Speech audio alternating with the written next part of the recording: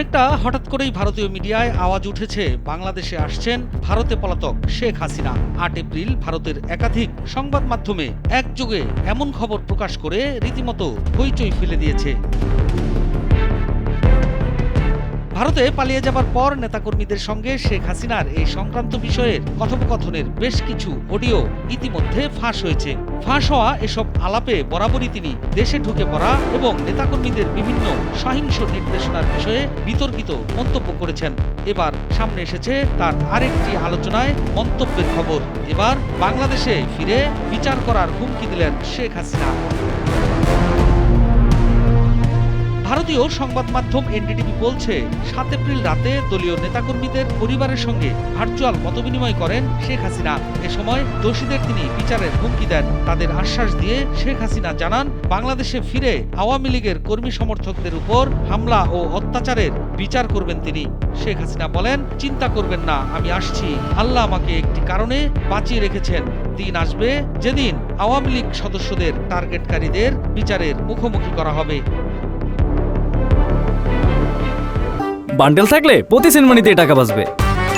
বিকাশ send money bundle কিনে জিতুন প্রতি লেনদেনে। এমন খবরে ৮ এপ্রিল ভারতীয় বেশ কিছু গণমাধ্যম একযোগে সংবাদ প্রকাশ করেছে।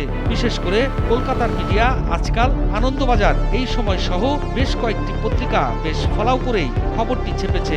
ভারত তথা কলকাতার পত্রিকাগুলো শেখ হাসিনার বরাত দিয়ে লিখেছে, প্রধান উপদেষ্টা ডক্টর মোহাম্মদ ইউনূসকে উদ্দেশ্য করে শেখ হাসিনা বলেন, ইউনূস কখনো জনগণকে ভালোবাসেনি। তিনি উচ্চ সুদে অল্প পরিমাণে ধার দিয়েছেন এবং বিদেশে বিলাসবহুল জীবনযাপনের জন্য অর্থ ব্যবহার করেছেন। তার ক্ষমতার লালসা হয়েছে, যা এখন বাংলাদেশকে পোড়াচ্ছে। দেশটির পত্রিকাগুলোর খবর অনুযায়ী ভার্চুয়াল বক্তব্যে হাসিনা আরও বলেন, উন্নয়নের মডেল হিসেবে দেখা বাংলাদেশ এখন সন্ত্রাসী দেশে পরিণত হয়েছে। আওয়ামী লীগের নেতাকর্মীদের এমনভাবে হত্যা করা হচ্ছে যা বর্ণনা করা যায় না। আওয়ামী লীগ, পুলিশ, আইনজীবী, সাংবাদিক, শিল্পী সবাইকে টার্গেট করা হচ্ছে। ভারতীয় গণমাধ্যম বলছে, শেখ হাসিনা বক্তব্য দেওয়ার সময় তার ক্যামেরা বন্ধ ছিল। বাংলাদেশে গণমাধ্যমকে আটকানোর অভিযোগও করেছেন তিনি। তিনি বলেন, ধর্ষণ, খুন, ডাকাতি কিছুতেই রিপোর্ট করা যায় না, আর রিপোর্ট হলে টিভি চ্যানেল বা সংবাদপত্রকে টার্গেট করা হয়। মতবিনিময়ের সময় নিহত আওয়ামী লীগ কর্মী ও নেতাদের পরিবারের সদস্যরা তাদের উপর নৃশংসতার কথা তুলে ধরেন বলেও খবর ছেপেছে ভারতীয় মিডিয়াগুলো।